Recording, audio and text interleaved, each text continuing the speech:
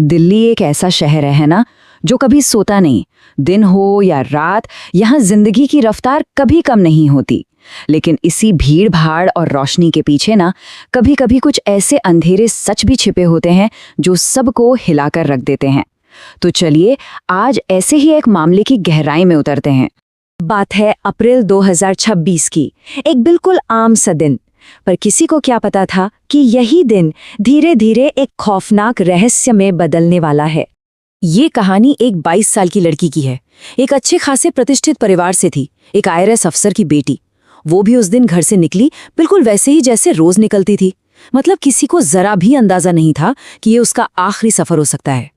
दिन तो ठीक ठाक गुजरा, पर जैसे जैसे शाम ढलने लगी चीजें बदलने लगी।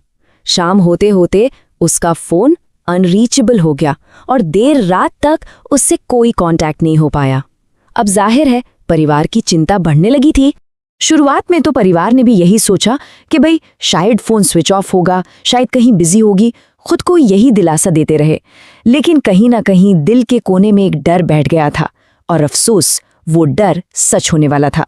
तो अगली सुबह तक जब कोई खबर नहीं आई तो परिवार सीधा पुलिस के पास पहुंचा। एक मिसिंग पर्सन की रिपोर्ट लिखवाई गई और बस यहीं से ये मामला एक गुमशुदगी से बढ़कर एक बहुत बड़े रहस्य में तब्दील हो गया। पुलिस ने भी तुरंत एक्शन लिया। सबसे पहले क्या किया, कॉल रिकॉर्ड्स खंगाले।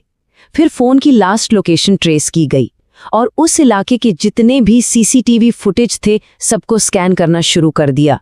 मतलब यही वो पहले कदम थे जिनसे कोई सुराग मिलने की उम्मीद थी। और जांच में एक बहुत ही अजीब बात सामने आई। जितने भी सुराग मिल रहे थे वो सब एक ही तरफ इशारा कर रहे थे। छानबीन में ना बार बार एक ही नाम आ रहा था, और ये नाम किसी अजनबी का नहीं था। ये एक ऐसे इंसान का था जिसे वो लड़की पहले से जानती थी। और सबसे बड़ी बात, उस दिन उसकी लोकेशन भी लड़की के आसपास ही पाई गई। तो शक किसी अनजान पर नहीं बल्कि एक जानने वाले पर ही गहराता जा रहा था।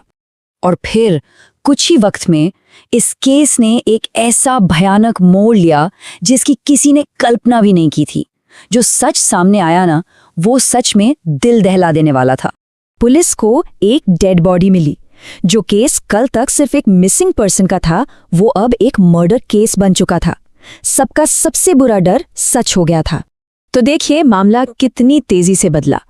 पहले थी एक गुमशुदगी की रिपोर्ट, और अब ये एक होमोसाइड इन्वेस्टिगेशन बन चुकी थी। जो शुरुआती सबूत मिले उनसे साफ था कि मारपीट और हत्या हुई थी। मतलब ये सिर्फ एक हत्या नहीं थी, ये एक बेहद क्रूर अपराध था।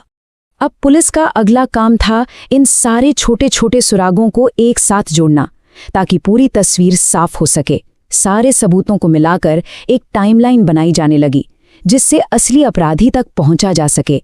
और जब पुलिस ने मुख्य संदिग्ध को पकड़ा ना, तो उसकी पूरी प्रोफाइल सामने आई। पता चला कि वो पहले भी क्रिमिनल एक्टिविटीज में शामिल रह चुका था। लेकिन सबसे चौंकाने वाली बात ये थी कि वो कोई अजनबी नहीं था, वो एक जानने वाला था। और यही बात इस केस को और भी ज्यादा डरावना बना देती है। तो सवाल ये है कि आखिर ये केस सॉल्व हुआ कैसे। देखिए, पुलिस ने डिजिटल सबूतों को एक एक करके जोड़ा। CCTV फुटेज से पता चला कि वो कब और कहां मिले थे। कॉल डेटा रिकॉर्ड्स में उनके बीच के कनेक्शन को कंफर्म कर दिया। और फिर फोन की लोकेशन ने पूरे क्राइम की एक पक्की टाइमलाइन बना दी। धीरे धीरे सारे सबूत सिर्फ एक ही इंसान की तरफ इशारा कर रहे थे, और सच सबके सामने था।